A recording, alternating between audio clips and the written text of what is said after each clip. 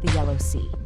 China's most advanced aircraft carrier, Fujian, cruises with a formidable air group: Jian-20 stealth fighters, Yun-20 transport planes, Jian-15D naval fighters, and Kongjing 600 early warning aircraft. From a Type 055 destroyer, a Yingji-21 hypersonic missile launches upward. This is no ordinary demonstration. It is a clear message of Beijing's military strength and readiness. The Shandong Peninsula. Live fire drills target forward positions across the sea. Naval and air units coordinate in long-range strike exercises, simulating potential cross-sea operations. The implied adversary is clear: Japan, caught in the eye of a diplomatic storm triggered by its own Prime Minister's remarks. New York. Chinese Ambassador Fu Kong sends a formal letter to UN Secretary-General Antonio Guterres detailing Beijing's objections to Prime Minister Takaichi's statements on Taiwan.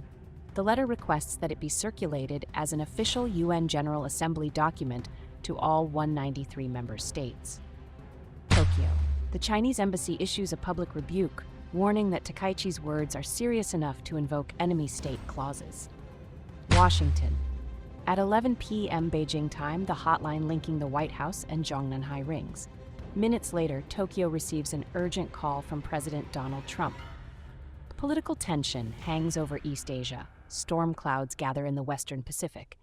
At the center of this unfolding crisis is Sanae Takaichi, the Japanese Prime Minister, whose single remark about Taiwan may now jeopardize her political future. But what exactly did she say that provoked such a strong reaction from Beijing? On November 7, 2025, in Japan's parliament, Prime Minister Sanae Takaichi stated that a Chinese blockade or attack on Taiwan could constitute a survival-threatening situation for Japan.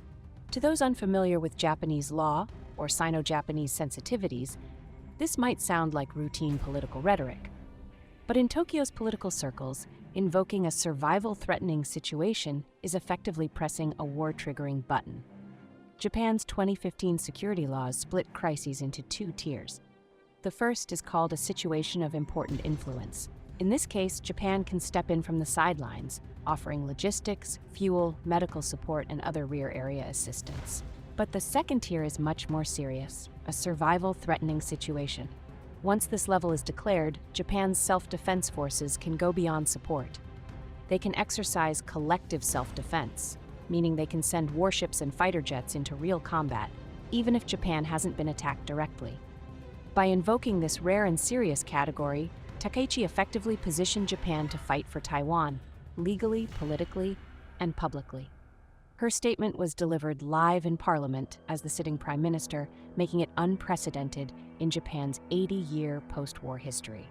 Historically, Japan maintained strategic ambiguity regarding Taiwan, recognizing it as part of China while maintaining unofficial, non-governmental ties to avoid crossing Beijing's red line. This delicate balance shifted with Takaichi's mentor, former Prime Minister Shinzo Abe. In 2021, after leaving office, Abe remarked, "A Taiwan emergency is a Japanese emergency." But Abe was no longer Prime Minister and could not officially bind the government.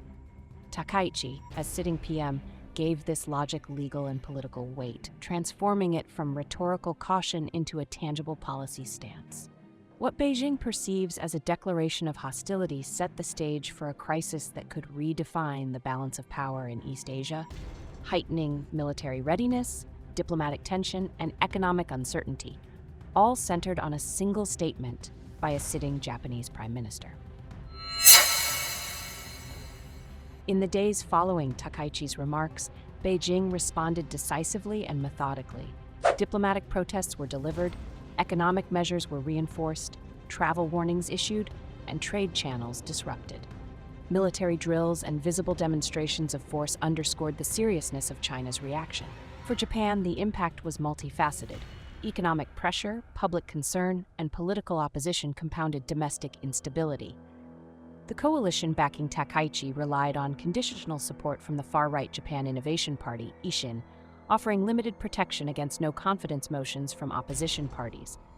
Public opinion was unsettled, leaving her position increasingly precarious. Takaichi faced stark choices: escalate, maintain, or retreat. Escalation risked confrontation, retreat risked political backlash from conservative allies.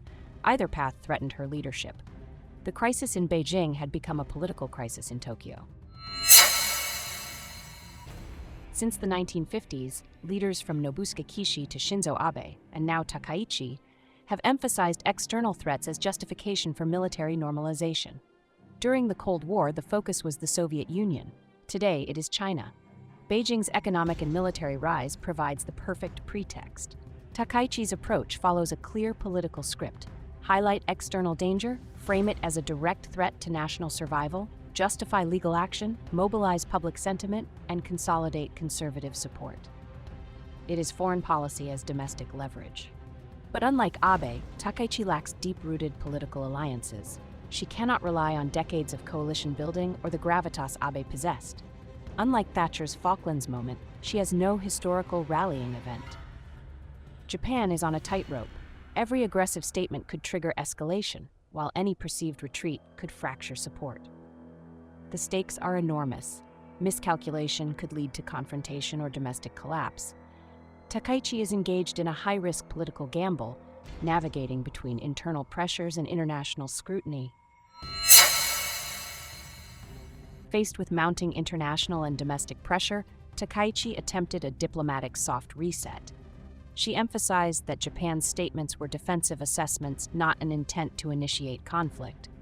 Yet Beijing remained unmoved, employing a classic strategy: sustained pressure without immediate confrontation, maintaining economic and diplomatic leverage, and observing responses over time. This method, quiet, patient, and strategic, seeks to wear down opposition and extract measured compliance. Takaichi's challenge is endurance: stand firm and risk escalation, or moderate and risk appearing weak to domestic allies. Her premiership may come to be seen as a high-stakes gamble, potentially transformative or potentially cautionary. As drills continue and diplomacy remains constrained, history offers perspective. Conflicts with China rarely resolve instantly. They often ease slowly through a combination of sustained pressure, patience, and cautious engagement. Australia provides one example. In 2020, Canberra's support for an investigation into COVID-19 and criticism of Chinese policies prompted trade restrictions on Australian barley, coal, lobsters, and wine. The bilateral relationship froze. Over the following years, however, restrictions were gradually lifted and trade slowly resumed, a process shaped by patience, observation, and incremental engagement rather than dramatic negotiation. Canada offers a similar lesson. Following the 2018 detention of a Huawei executive and 2 Canadian citizens, trade and diplomatic ties froze. With the release of the detainees in 2021, limited channels of cooperation cautiously reopened. Trust was not fully restored, but engagement resumed, illustrating China's preference for gradual, managed resolution. These cases show that even at peak tension, conflicts often resolve through cooling periods, incremental dialogue, and limited restoration of economic and diplomatic interaction. The process is subtle, measured, and slow. For Japan, this historical pattern offers insight. Even amid acute tension, a soft landing remains possible, provided Tokyo moderates its rhetoric, Beijing calibrates its pressure, and both sides allow limited engagement. It is not a swift resolution, but a pathway to stabilize relations and prevent further escalation. The current Japan-China crisis is more than a military or diplomatic confrontation. It is a test of leadership, political strategy, and national resilience. Takaichi's statement did not merely shift Japan's security posture. It disrupted decades of strategic ambiguity and triggered Beijing's long-term leverage mechanisms. History shows that China rarely seeks immediate resolution. Instead, it applies patient pressure, uses economic and diplomatic tools strategically, and allows time to work as leverage. When tensions peak, de-escalation often comes gradually, through cooling periods, cautious engagement, and measured restoration of limited ties. For Japan, the path ahead is perilous. Will it maintain firm rhetoric, risking confrontation, or will it adopt a cautious approach, balancing national pride with pragmatic stability? For Beijing, will it sustain pressure or allow gradual easing to test Japan's endurance? The coming months will reveal whether this crisis escalates or slowly stabilizes. Either way, history underscores a truth. In geopolitics, a single statement can ripple like thunder, and patient management often matters as much as decisive action.